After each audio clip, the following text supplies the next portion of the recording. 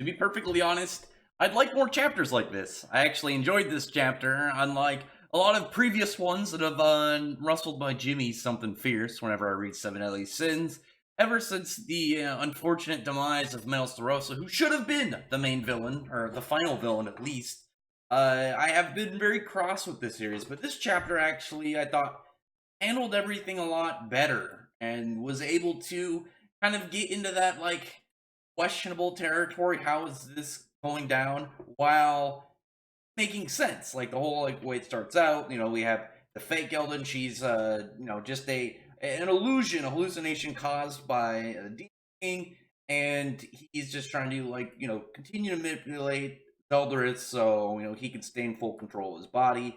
And Meliodas and Gauth are now in there, and they're trying to shake him out so they can save his brother, trying to get the demon king out of his body.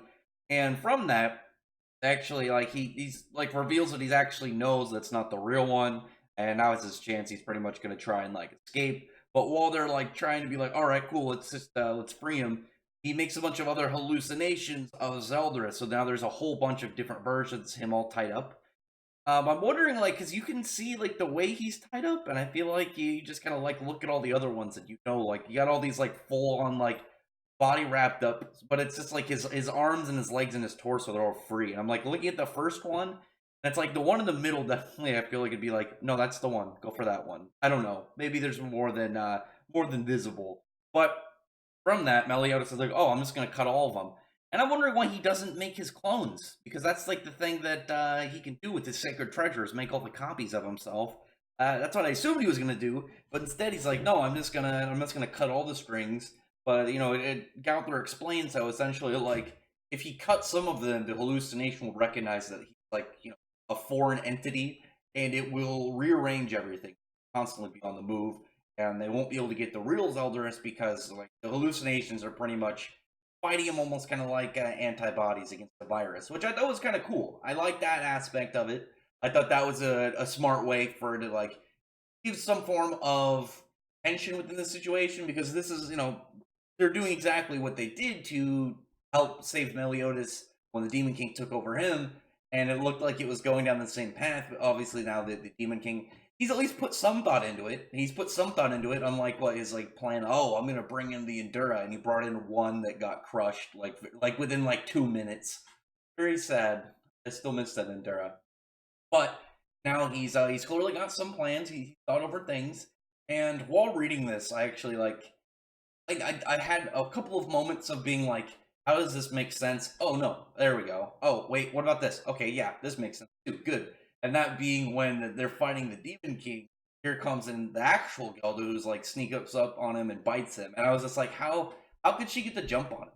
How could she get the jump on him? He should have, he should be so powerful that he would notice her. But I think that the reason he didn't notice her is he probably her power level is probably so insignificant to his that he just didn't it's a subconscious seeing a bug near you, you're not going to go on where you just see a random bug unless it's something you actually see as a threat. I mean, I'm sure if he saw it was her beforehand, he probably would have put on some form of airs of being oh, I should probably do something about that. But then it's afterwards, he just grabs her, rips her head off, and I'm that's exactly how that should have went. Yes, thank you. And then at the same time, I'm why does he have this damn katana still? I'm still a little bit more confused about that than anything. It's he had a great sword and Zeldaris had an executioner's blade, and somehow together they formed a big ass katana. I don't know. I don't know. Or is it an Odaichi longer? I don't know the difference of two. I just know that's a version. Either way, not important. But she ends up then, getting up because she's a vampire and she's able to regenerate. I'm more confused of she had her head ripped off and Diane was freaking out, how are you still alive? It's your captain's a demon. You're friends with all these other crazy non-humans. Her head being torn off and still being alive should have been oh yeah. Plus they fought vampires before. Actually, now that I think about it, she was there. So I don't know. I'm a little confused about that part, but I think that's just Diane being dumb. She's not a very bright one.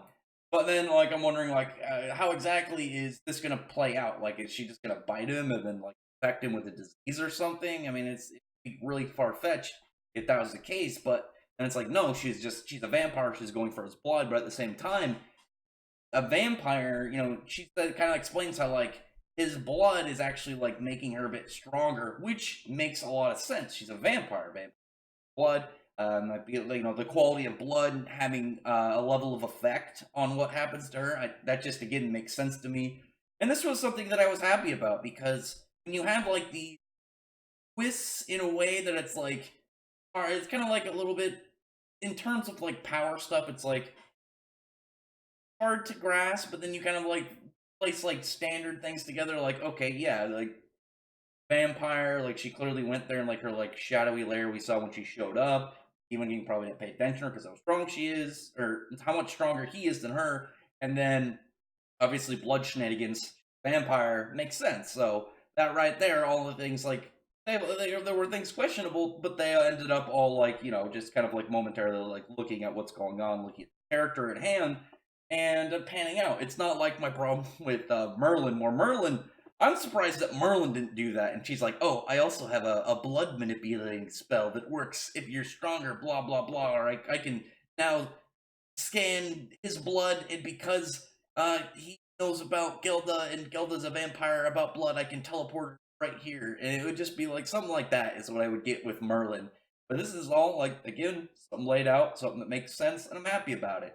And now she actually is using using the blood connection to them to go inside of Zeldaris's mind. And now she's going to go and help him, get free. So it looks like this whole part is coming to a close. I'm wondering if now, like, the Demon King is going to have some way of being able to fully manifest, even without Zeldaris's body. Because there's a question of, like, are they just gonna like pull him out and then the boss fight's over? There's not gonna be any like big conclusion. This isn't just like the end of a fight. This is the end of the series. That unless otherwise specified, this was supposed to be the end of the series. Nakaba said 3 arcs. He hasn't said anything otherwise. He could go further, but as it is right now, still 3 arcs, and we're obviously getting close to that. Demon King and the conclusion of the story between Elizabeth and Meliodas. So this is pretty much like just borderline that last piece, and I don't know if you guys can hear it in the background. No, I don't think so. I don't know if my mic's picking up on it. Sorry if it is, it's a little loud. But from that, we're able to kind of like look at what's being salvaged at least a little bit. I'm still hoping that it ends on a high. I'm much happier of being wrong when I say when I predict something is going to be bad. It's because it's like I'm not going to be mad about liking something. If I end up liking it, I'll be happier. If I don't like it, I'm going to be salty and I'm going to rant about it. But I'll be much happier if Seven Deadly Sins has more chapters like this going out where it makes sense. I mean, they already have like they can end it. I'm perfectly fine with they do something cliche like all of them do a combo attack. They do what is their combinational attack, and then find their attacks. Just do a super one. Just do a super and just call it like the Wrath of the 7 Deadly Sins or something, and then Meliodas like brings his sword down and does some like big blade like attack, and it cuts Britannia in half or something. I don't know. You actually be really cool. Just noting on that in a side note. That would be really cool if it did that, and then maybe it like dug into like the crust of the earth, and it was like it awakened like some slumbering creature, and then maybe there's like more stuff in it. Like, oh, blah blah blah. This thing was in there the whole time, but it was asleep. But all that damage did, shook it and woke it up, or something like that. Just as like if you wanted to keep going with this again, I'm perfectly fine with a continuation. A continuation is as long as it feels natural and like there's still stuff to do, and you're not just making stuff up like to exist. Then go on. I mean, as long as the fans are happy, I think is the overall like most important. But on that, drop a comment below. Tell me what you thought about this chapter. Tell me about you think how this is going. I like Gelda. I wish that she was in the series more. It's a shame. Like she seems pretty cool. And I'd really appreciate thumbs up the video from the like button, subscribe button, and check out my other videos. From that, I appreciate everyone who's already subscribed, and I thank you all for listening. Bye.